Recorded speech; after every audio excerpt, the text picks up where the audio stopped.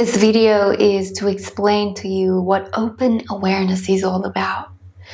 So before we start and jump into that, it's really important to understand the difference between attention, awareness, perception, and presence. So I'm going to go into a little bit more detail for you to understand the difference between the two. So let's start with attention. Attention gives an indication of what you identify with. It is the outward energy of phenomenon and content appearing and disappearing. Then we come to awareness. Awareness is what notices the phenomena arising and disappearing. It holds consciousness inside of it. So you are observing your identity. Then we get perspective. This is the way you perceive phenomenon arising and again disappearing. It involves opinion and thus is also intertwined with identity. And then we get presence. Presence, there is a reason why the word essence is embedded in presence.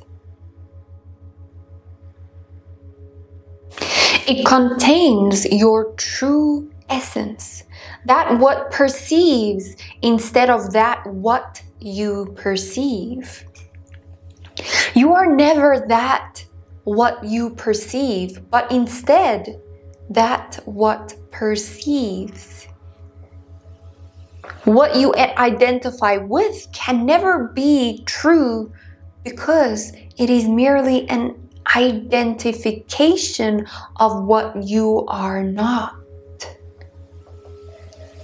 So the next time when you become aware of something, remember that you are simply perceiving that phenomena appearing in your awareness through a certain focused attention.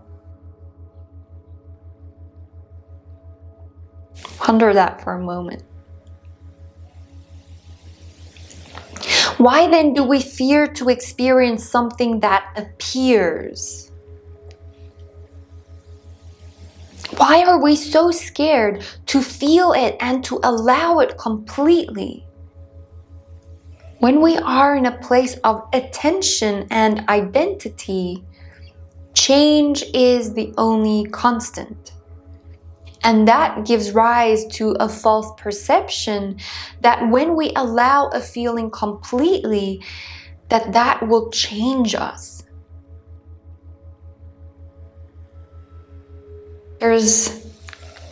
For now, there's three things that's coming forward. Why we do not allow things that arise. Number one, we are scared that when we do allow this uncomfortable feeling, that it will stay forever. And that stems from the unchangeable essence that is distorted into feeling, or for that feeling to stay forever. And dear one, this is not true. The reflection of your face in the mirror does not stay on the mirror after you leave. The second thing here is we are scared that allowing something completely will stain our consciousness somehow. And again, this is not true. What damage can a reflection do to a reflective surface?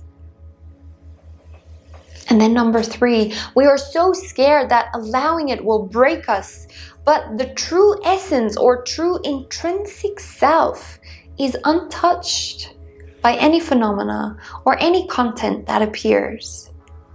The mirror does not become what it reflects. It stays clear, yet the capacity to reflect any color with the mirror being colorless is truly magical. You will not die. So there are an infinite amount of ways that we can pay attention. But now I'm going to describe to you 4 different main types of attention. that most people might not be aware of this, or maybe in the back of your mind it rings true. I am aware that these do not match the common types of attention listed in psychology, and I want to offer you a different perspective over this subject. So if you are interested in diving deeper into this, please check out the magical work of Dr. Les Femi. It is also called focused attention. So let's look at narrow focused attention, where everything is left out and not taken into consideration, almost like everything else disappears apart from this, what you are concentrating on. This is what they teach in schools mostly. So we all have an intense and in-depth experience with narrow focused attention. Every question on a test takes us to a narrow focused answer, because answer this correctly. Sports also includes this. Getting the ball in a hoop, sinking a ball in the pool, hitting the ball with a hockey stick, etc., etc. So then we get objective, where you exclude yourself from that which you are observing. The traditional way of science was accepted as objective, excluding the observer from the perceiver, or the perceiver from the perceived. So, meaning that what you are witnessing has no influence on you and vice versa. So, looking at an experiment to see how it affects the momentum, for example, a car rolling down. So, you're looking at the car rolling down, but you have no influence on the car rolling down. Then we get to diffusive. It's the opposite of narrow. So this includes paying attention to everything at once, more than one sense, and you are aware of many things at once. So it is a very relaxed state, however. This can easily be explained through something like mindfulness. You observe the feeling and everything else in the moment. You hear the sweet sound of birds. You see how the mysterious shades of black changes behind closed eyes. You feel the temperature on your skin. You feel your sit bones resting on the floor or chair. You hear the thoughts flashing through the mind. And all of this is happening simultaneously and spontaneously. Then we get to the next one, which is immersive. You are one with what you are observing. You make no distinction between that, what you are, and that, what you are observing. Here I feel quantum physics and also unified physics includes this principle really nicely. But in easier to understand terms, let's use emotions. We do this with emotions all the time. We identify with the emotions, making no distinction between the emotion and you. The English language even takes this on. In Spanish, for example, you would say, I have anger. But in English, you would say, I am angry. So to a further extent, we even do this with our belongings. When your phone ran out of battery, have you ever found yourself talking to someone while charging your phone and saying, I ran out of battery, or my battery died? Can you see how we don't distinguish between those two? Fully immersed. So you can use more than one form of attention at once. This is amazing. So let's look at stress. Stress is redirecting attention because Most of the stress caused in your life is caused by how you pay attention. Mostly, it is caused by a narrow, objective attention. Now, this is extremely profound, even if it's not sinking in yet. So stress can be eradicated by changing your attention. There are two kinds of stress, simple and complex. The human body is well designed to deal with simple stress. The things that are in your direct environment, your fight or flight responses, are activated once your environment activated once your environment's not safe, and deactivated once your environment is safe. Then it can go back to a parasympathetic state. Immersive attention style is always applicable there. So the complex stress that is on another level. Most of them are not life-threatening, but complex stress does not go away because the mind doesn't know the difference between reality and non-reality.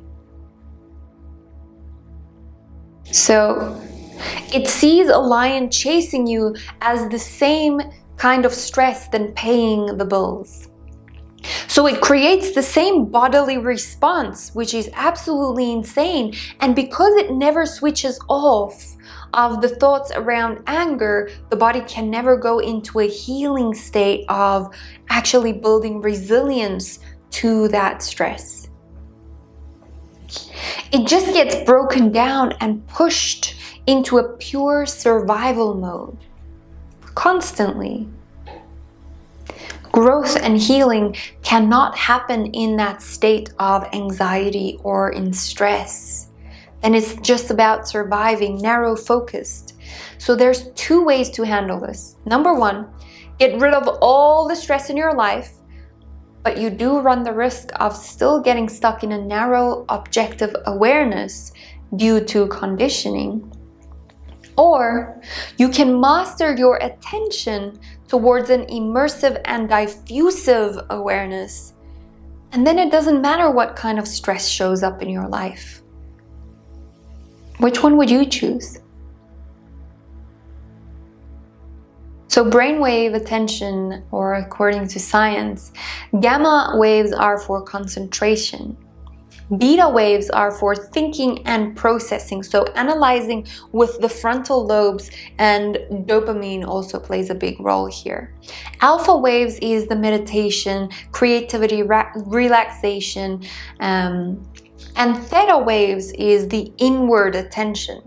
Now, last one, talking about delta waves, is sleep, occipital lobes, and also the secretion of serotonin. Has to do with that. When neurons in the brain talk to each other, there is a measurable frequency that can be recorded through an EEG, so an electroencephalographium. I'm probably horribly saying that wrong, so I do apologize. This is the foundation which results in how we feel, think, and behave. A useful analogy to use here is that every brainwave can be seen as a musical note being played. Think about a guitar. The low frequencies are alpha and theta, and deeply penetrating, like the bass drum of a melody. Where the higher frequencies, like the gamma waves, are like the high-pitched flutes in the melody. So every individual has their own unique melody. And this unique melody is also ever changing for every individual. It's not once your melody is there, it has to stay the same. The higher and the lower brain waves fall into coherence through harmonics, linking this to the different ways to use the attention and how open awareness translates into coherent brainwaves as this follows. As different parts of the brain are responsible for different frequencies or brain waves being produced, when you are in an open awareness state, it is not that you are in a dominant theta wave as a lot of people may think. More so, it is all of the brain waves, the highs and the lows, all of the different parts of your brain that are in a coherent and a harmonized state. So it is important to understand that all of your brain waves are indivisible, meaning it cannot be separated. The one is always going to influence the other. So overstimulating one means that the other will probably be understimulated and so forth. So practicing open awareness on a regular basis, even on a daily basis, I would say, could restore any imbalance in brainwaves due to an internal and an external habit bringing everything back into harmony. And this is most of the time seen as miraculous healing and feeling of bliss, feeling absolutely amazing and ecstatic while super calm. So diffusive and immersive attention takes you to an alpha state and you become relaxed and coherent. So alpha without the coherence is easy through meditation or through brainwave entertainment. But linking that to the conference is what creates, or the coherence, is what creates the magic. So the ability to have flexible attention and use all types of attention at once is what we call the zone. Open focus state paired with coherent alpha brainwaves. The zone, have you ever heard of that? Okay, so open focused attention means that synchronized alpha brainwaves become synchronized with theta brainwaves. So seeing and feeling energy, feeling joy and buzz and ecstasy, that is achieved through open focus. It is almost like a shortcut or a direct path to higher states of consciousness. It is very important that open focus state is not the exclusion of narrow focused attention. Don't get me wrong. It is okay to have narrow focused attention and distractions and stress. You welcome it all. You allow your brain to have everything at once, to accept everything at once.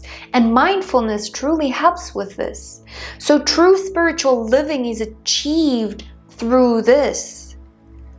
With an awakened understanding, resting awareness, and open focus, everything comes together as a unity. So we're not just using one aspect, we're including everything. So how do you get to an open focused attention state? There are two things that you need to know. Number one, you cannot make it happen. Sorry. It is about surrendering into it and allowing. There is no technique to force yourself into an open focus. It is energy of the divine feminine. It happens on its own. Do it and trust that what is happening is allowing the happening. Number two, we so often are aware of objects and things that we fill the space around us. But the way that you get to open focus is actually by doing the opposite.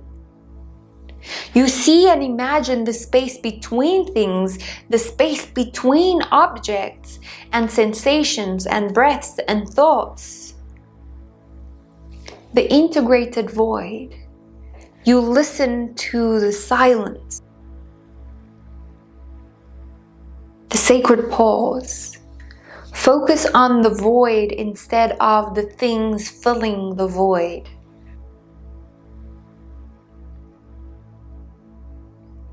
So how to apply this to your daily life? Open focused meditation daily. Do it anywhere, do it in a quiet place where you won't be disturbed at first. The only thing that I want to say is please do not do this while driving or operating heavy machinery, because you can get very spaced out. So let's venture into open awareness. Don't judge yourself if in the beginning it feels like nothing is happening, because this is such a deep and intrinsic, direct relationship that we already have. It might feel like a big boom, but it also might be so mundane. So let's drop the expectations and just be open to what is. Trusting that what is exactly the way that it's supposed to be.